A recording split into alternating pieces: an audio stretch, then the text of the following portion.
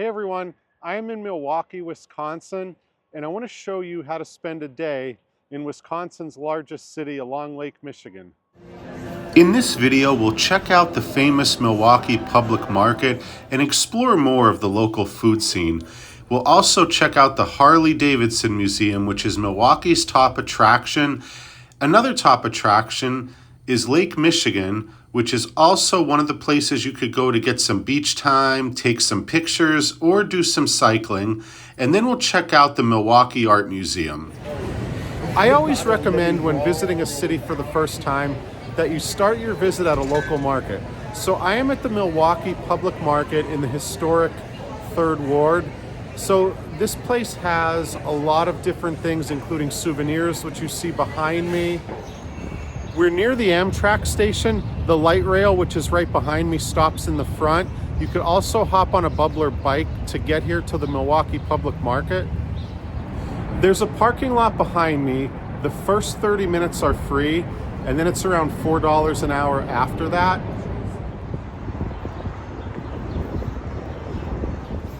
You can find many of the things that Wisconsin is known for, like cheese, meat, and also other things like sushi, fish. You could also find baked goods, chocolates that have been around for almost 100 years. There's Egyptian food, but what I want to try is ice cream, since we are in America's Dairyland, Wisconsin. I'm trying the Zanzibar. It's very rich. It says there's 3 different kinds of cacao in it, and also it's supposed to taste a little bit like a brownie. I could sort of sense that. Now, I'm familiar with this brand. It's the Chocolate Shop ice cream. I saw them when I was in Madison, so I tried the chocolate. Next, I want to try this one. It's espresso, but there are also chocolate chunks in it.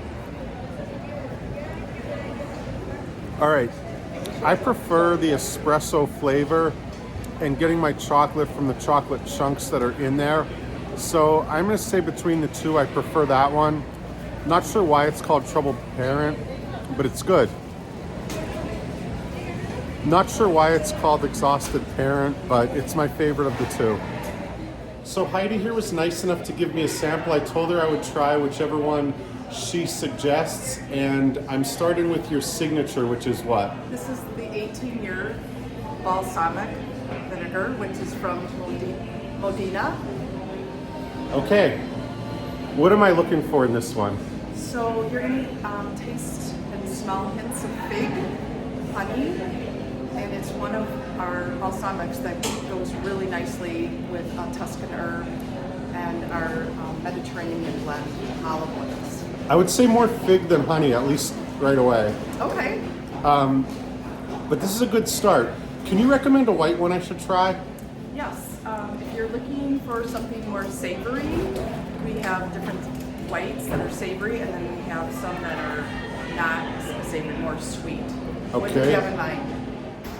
Okay, so I am most likely to use this to dip like Asian summer rolls. So can you recommend one if that's what I'm gonna do with it? I think the honey ginger would be the one that I would start with, which is going to give you, again, a little bit of some lime, hints of lime, and it goes really well with Asian cuisine. Okay, let's try that one.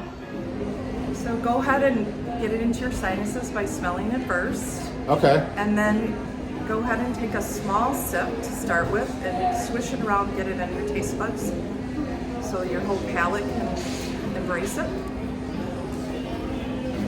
The ginger's not that strong. Okay, now it is. I noticed the honey first, then the ginger. That's what most people feel and taste, but everyone is different. Everyone has a different palate, so that's what makes it really fun to explore all these different ways that you can combine or have any of our balsamics on their own. Okay, I'm gonna say if I was using salads, I would use your signature one. But for the summer rolls, I think this one's a winner. Excellent. The olive oils here have the phenols listed, and the higher the phenols, the more antioxidants. I think the Coratina is the winner at 610. Harley-Davidson started in Milwaukee in 1903. It's still headquartered here, and the Harley-Davidson Museum is spread out over 20 acres, and it's one of Milwaukee's top attractions.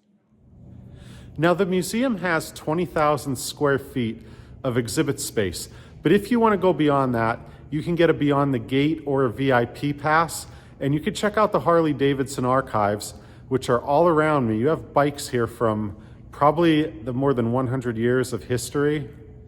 This room has over 320 bikes. Some of them show the year they were made, so that was in 1956. And if you want to see what a Harley looked like in the early days, check this one out, all the way back in 1909. This exhibit is of people who sent pictures of themselves and their Harleys into the museum, and some of them even talk, like the black and white ones, just like this.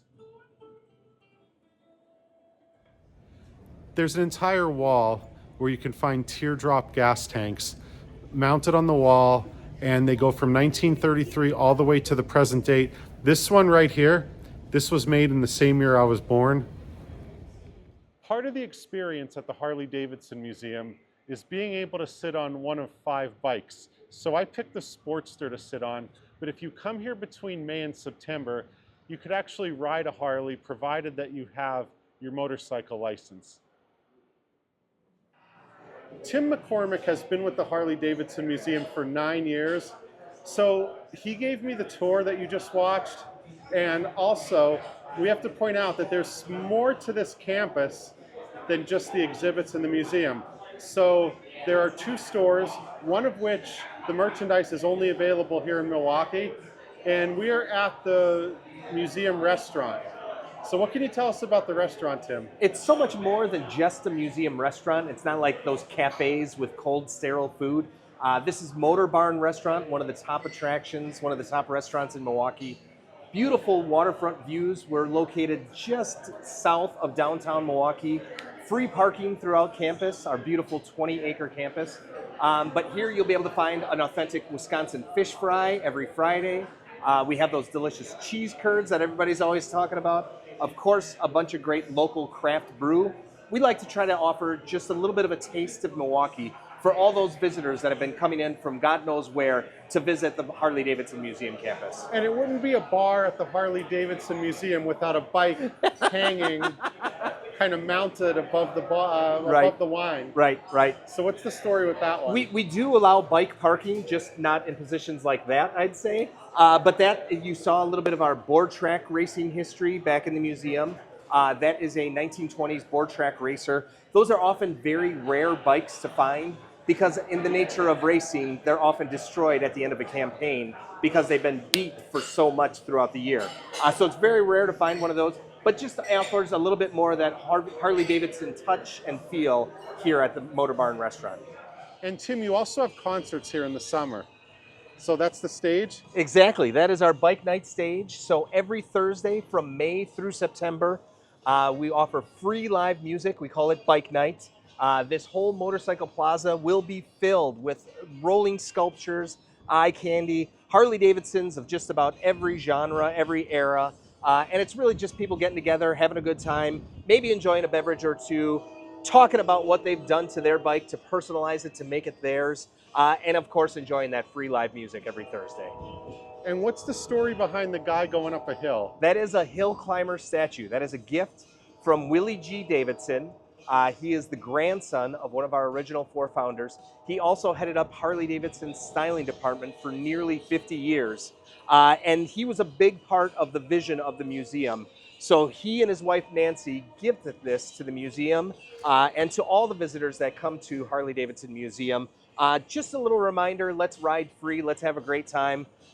Let's tackle whatever obstacles are coming our way. Well, thanks for the tour, Tim. Thank you, much appreciated. Come back again. Milwaukee is situated along Lake Michigan, and this is Bradford Beach, one of the popular beaches in town. There's free parking on the other side of the highway, and both sides have a bike and pedestrian lane, and you can see the downtown skyline from here as well. Parts of it. We're only a couple miles north of downtown. I'm visiting in April, so the beach is kind of quiet, but it's more of a popular destination in the summer. And there are tiki bars all along the beach.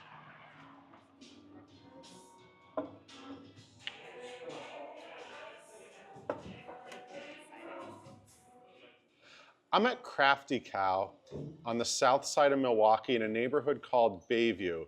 So this place came highly recommended, and you see that says chicken behind me. I'm trying a couple different tacos. First, the chicken non-tacos, which come with, I believe, a cilantro cream sauce. And I had enough regular cheese curds during my visit to Madison, so I'm trying something a little bit different. These are brisket tacos with melted cheese curds and a red sauce. The chicken naan tacos, I can tell these are gonna be a little bit messier. The naan is nice and warm, nice and soft.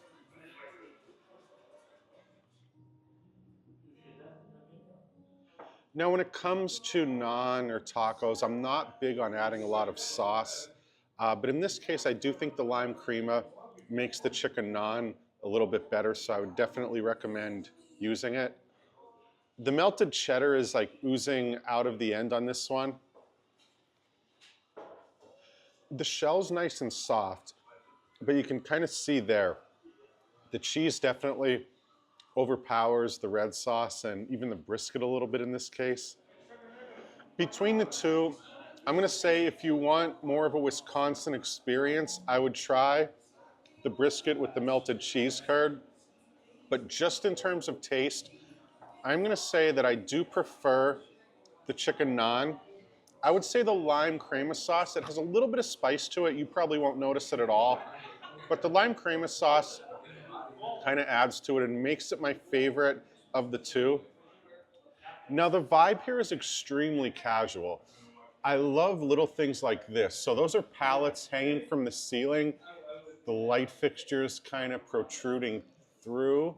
And then we have all kinds of, I guess you would call that farming equipment on the walls. And then there's a bar on the other side. This pedestrian bridge hovers over Lincoln Memorial Drive and leads to the Milwaukee Art Museum. The Milwaukee Art Museum dates back to the 1880s. That's the main vestibule behind me, and on the other side is a pedestrian bridge that leads to downtown Milwaukee. There's a beautiful walkway along Lake Michigan that leads to one of the entrances. Here's a 2021 Mark Bradford piece named after Wu-Tang Clan rapper Method Man. And this is Andy Warhol's 1964 Brillo box. And the following year, 1965, is when he made these iconic Campbell's soup can paintings. And it took me a second to realize this isn't a real person. And during my visit to Milwaukee, I'm staying in the brewery district at a former Pabst Blue Ribbon brewery. So it's a really exciting 6th-floor hotel where the vats run from the floor all the way up to the ceiling. If you're looking to have dinner in the historic 3rd Ward, Bavette La Boucherie is one of the many options. So I'm here right now and I'm trying the hamachi crudo. When you first enter, you see the little kitchenware store. So you could buy cookbooks, wine, glasses.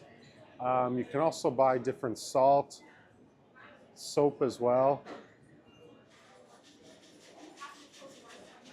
And we wouldn't be in Wisconsin without a little cheese section.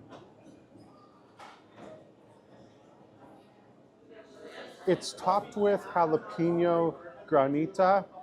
There's also some smoked pickled fennel on there. And then the smoked trout roe is probably what made me order this. This is a nice light appetizer. The salmon roe adds a little saltiness to it. This also has a little bit of a citrus flavor to it.